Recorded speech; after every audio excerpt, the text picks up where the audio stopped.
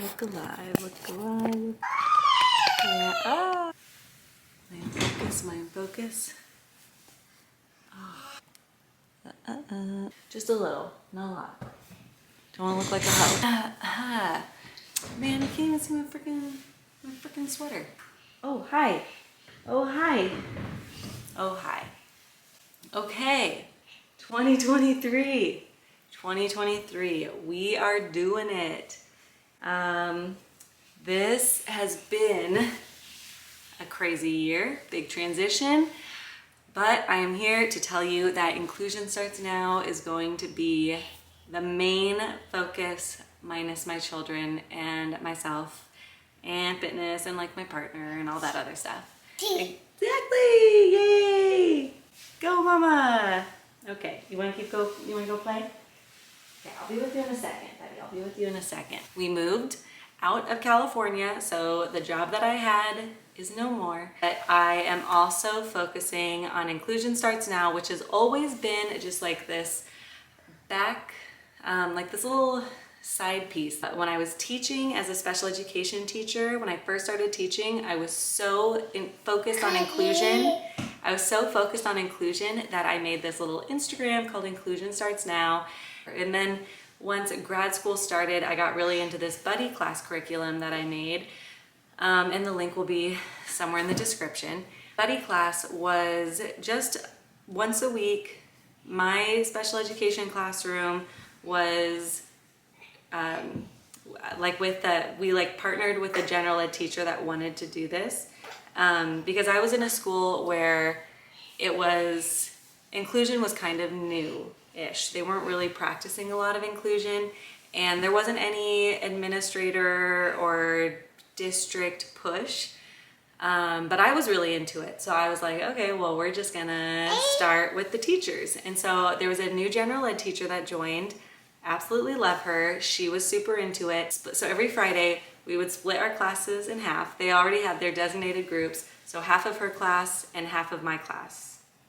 There's never a good way to describe that.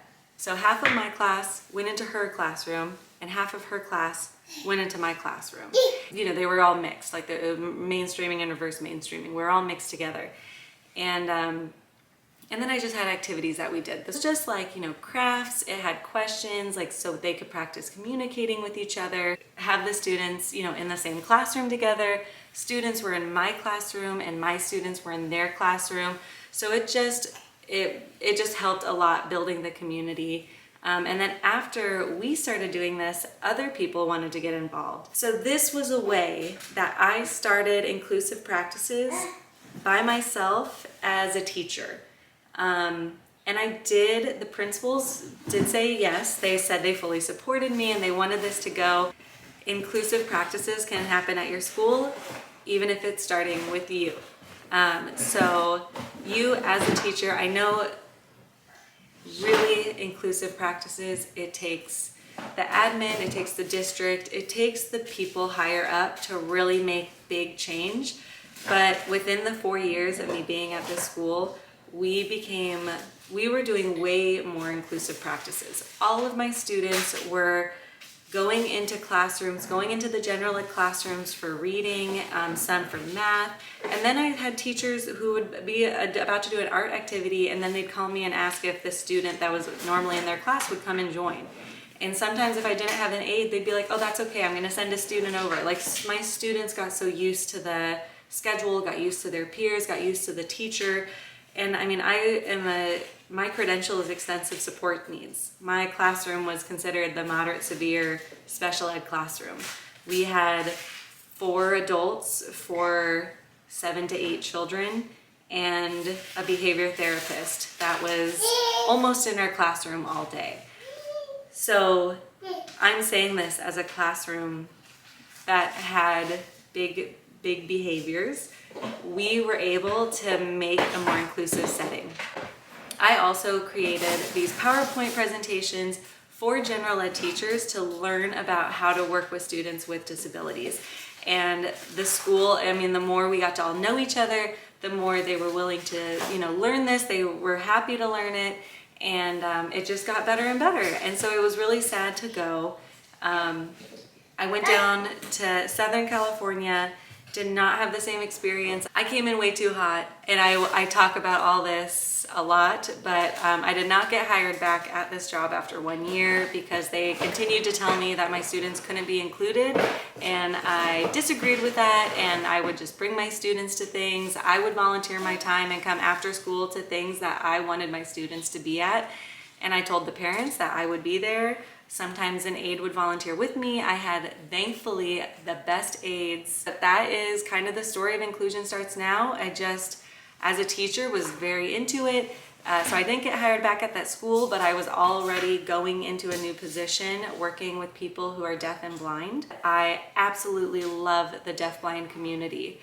And I love it so much, I wrote a children's book called Tyler the Snake, and it is about a snake who is deaf-blind, and he has an AAC device and shows you some signs in his story. What did we find? Oh, fun. We're going through the trash. And then I used to make just clothes that I personally liked to wear. And then I found Printful, and so I can like design them and put them on there so people can buy them. They're a little pricey, and I apologize for that. If I ever, I don't know, want to buy it in bulk, but that sounds like a lot of work, and that's just not really my focus. But you know, whatever, you can like take these ideas and just run with it. You can sit with us.